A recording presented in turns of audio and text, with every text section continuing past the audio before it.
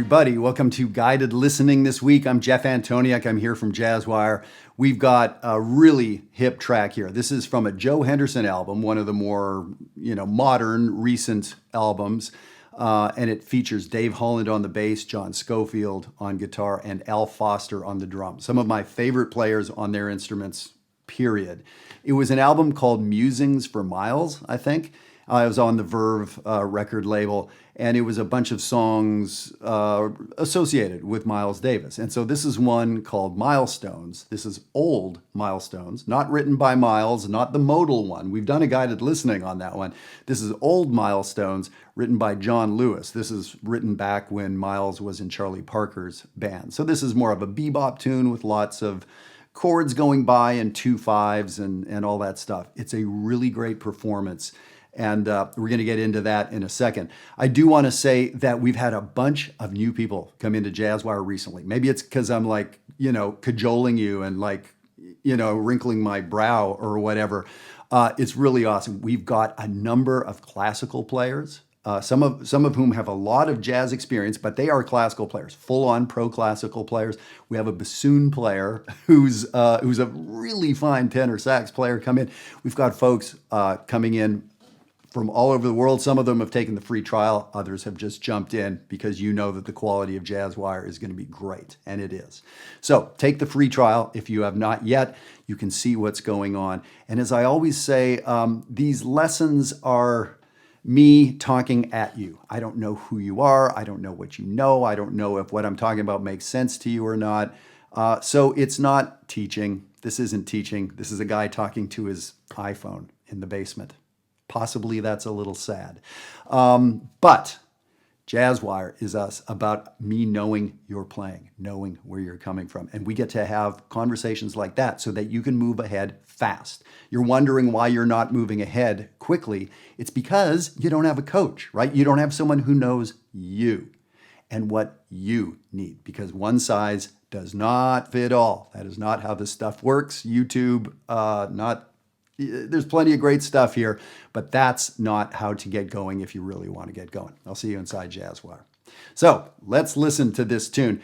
I listened to it once. I've listened to this song hundreds of times over the years. Listened to it once, the other day, first time in probably 5 years. And I am transfixed by Al Foster and his ride cymbal. So we're going to be talking a lot about Al Foster's ride cymbal. There's so much going on in here. I'll just give you that little hint, and we may even stop after the melody. But listen to the ride cymbal. That's the dang, dang, dang, dang, dang. That's the sound of jazz drums, right? The stick on that kind of higher cymbal. The album is recorded so well. It's easy to hear, and I want you to listen for little things that he's doing, and I'll cue you to them. Let's get started.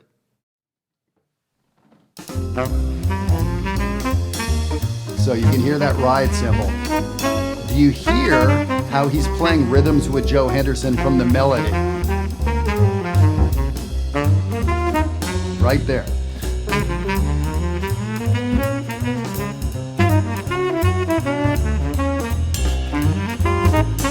Right there. You hear how those little moments, it's inside the ride pattern. He's not doing big drum fills. He's putting the fills inside his ride pattern. Ooh, did you notice the sound of the cymbal change? He's on a different cymbal at the bridge. And listen, he's going to go back to the first cymbal. Do you hear how the timbre of that cymbal is different? Let's talk about it, those two things. So he was on one cymbal for the first two A sections of the song. We hear 8 measures. Then we hear the same thing on the bridge. The bridge changes. It's called the bridge, right? And so it's got different harmony. It's got a different melody. So Al Foster can't play harmony and melodies on the drums. He has texture, but he does have tone, right? So he changes ride cymbals, and it's very subtle, but a good drummer will do that. They don't just change cymbals because, I haven't hit that in a while. Whack. No, that's not good drumming. It's that has a sound. And when the time is right, I'll change to it because the band needed that change of sound. And now the band requires this. That is drumming, right?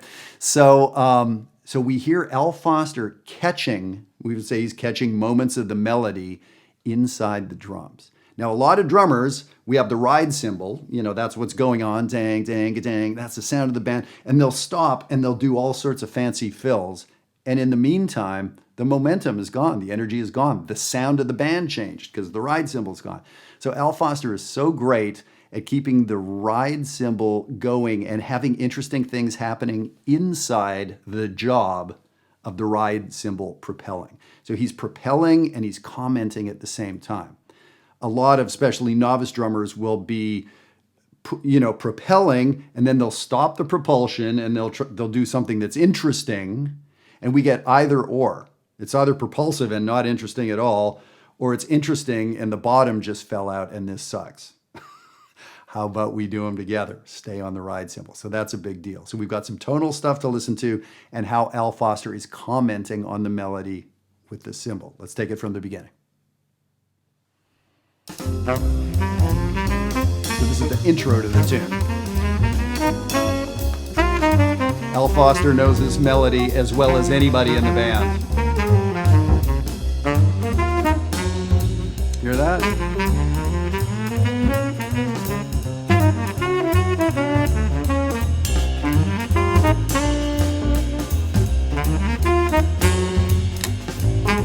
And now, Dave Holland on the bass is just marching forward. He's not involving himself with the melody in a good way. He's just pushing it forward so that Al Foster and the rest of the band can do all this. Hear the cymbal tonal change? It's going to go back now. Subtle, but important.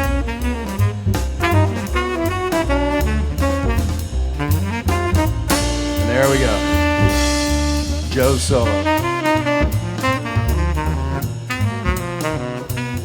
One of the great improvisers of all time.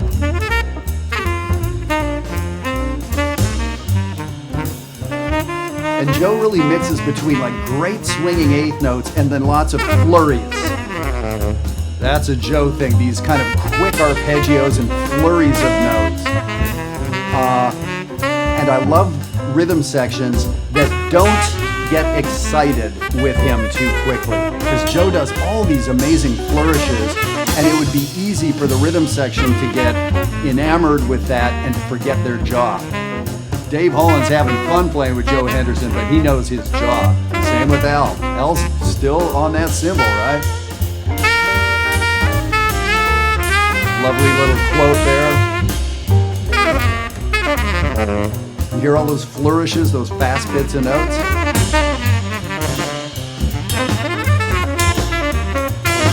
And now, you hear all that stuff that Al was getting into? Was it related to what Joe was doing?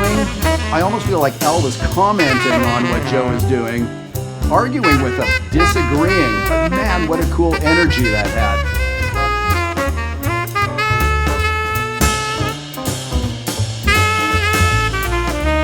On that cymbal, but he's commenting with the cymbal. Great drumming.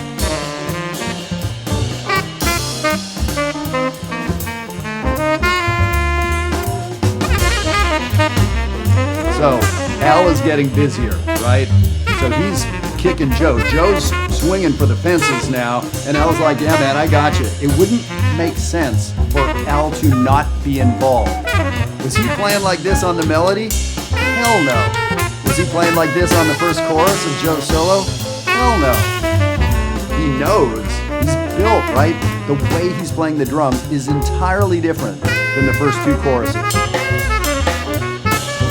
But you can still hear all the fun he's having with the ride cymbal. It's fantastic. So we haven't talked about John Scofield yet. You're going to hear him right now.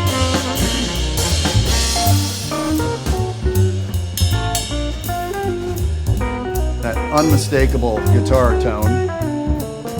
And it's just a trio now. Guitar, bass, drums.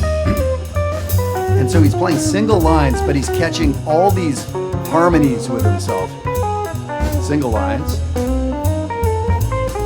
Single lines. But then he comped just a little bit there, and now he's doing some harmonies to his melodies. Single line, unison,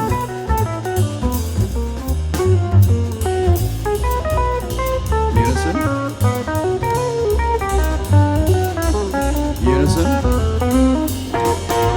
and there's the right at the end. He added those bits of harmony. And now, this is a Sco thing.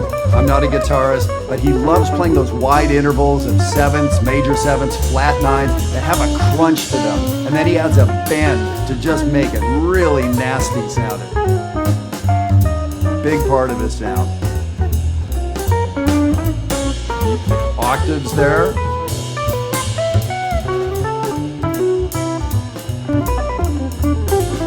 Great double time. Woo. Right there, those great crunchy chords he does. So, man, so many textures in John Scofield's solo. He had just single line unison playing. He had some octaves. He had moments where he would comp in between his solo lines. He had almost like a crash cymbal, those crunchy chords that he would play. It's like a crash, it's an exclamation. Then he had wonderful ways of harmonizing his line in sixths or whatever it was. Man, so many ways to play. Listen to Al. He's busier on the way out than he was on the way in. He's still catching the melodies.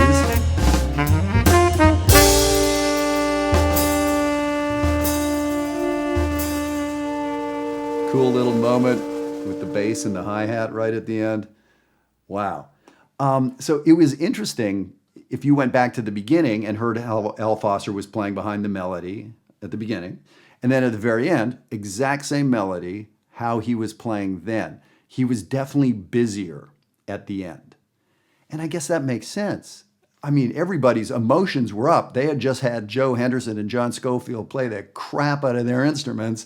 And so, yeah, it made sense. Like it was a different song by that point, right? So the head out, Al was playing with sort of more going on. It made sense. If we flip those around, in the editing room and we did a splice, so there's no way you'd ever tell it was spliced. You'd tell it was spliced energetically. It would make no sense. Right? There's all sorts of digital manipulation we can do with film and with, recording. But if you've ever messed around with that, just even on your own, if I try to edit myself right now and I'm sort of excitedly talking, but then I do a punch right there and I go, and I'm excitedly talking, right? If I don't have that same energy, that same look on my face, my eyebrows are the same height, it doesn't work, right? So edits are very tricky with actors and musicians. That wasn't edited, and my whole point is it wouldn't work because the energy was different, and it makes sense why the energy was different.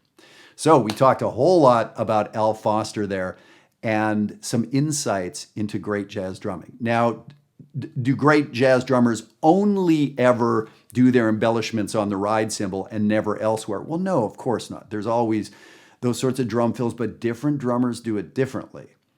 And drummers that get off the cymbal for a period of time, they have to keep the propulsion going. So there's something that they have to do. Steve Gadd is in my mind right now as somebody that could leave the cymbal and do like this astounding end of the world fill, but the band kept marching on and he wasn't detracting. Somehow he was adding more propulsion. That's really hard to do. So Al Foster is a master. Every drummer will tell you Al Foster's a master. And to me, this is one of the very hip things he does. And I can tell it's Al Foster from 100 other drummers pretty quickly for that reason. So great there. And then I love checking out Scofield and how many ways he had to play the guitar and essentially accompany himself, comp for himself, orchestrate. I mean, that's what it's called. He's got an orchestra right here, and he gets to decide. Do we have harmony? Is it unison? Do we have octaves? What kind of harmony is it? Is the harmony complementing, commenting, right? So there had to have been 10 different ways he was orchestrating the guitar. And I'm not talking about different voicings. Voicings is one of the 10 ways. And inside voicings, there were 200 voicings he used, right? Man, oh man. almost makes me depressed when I talk about how much is going on. But of course, I have a lot or all of this going on when I play too, right? This is all a work in progress. We all develop this, and every day John Scofield gets up and works at it again. He does. And every day I get up and work at it, and you're here watching this because you're working at it, right? So I hope this brought up some really interesting ideas. Of course, always leave comments here on Facebook or YouTube, but that's great. I want to work with you. I want to work with you. I want to make you play better than you ever imagined. Doesn't matter what your instrument is. Come into Jazzwire. You know how to do it. Free trial. And I'll look forward to seeing you there. Have a great week.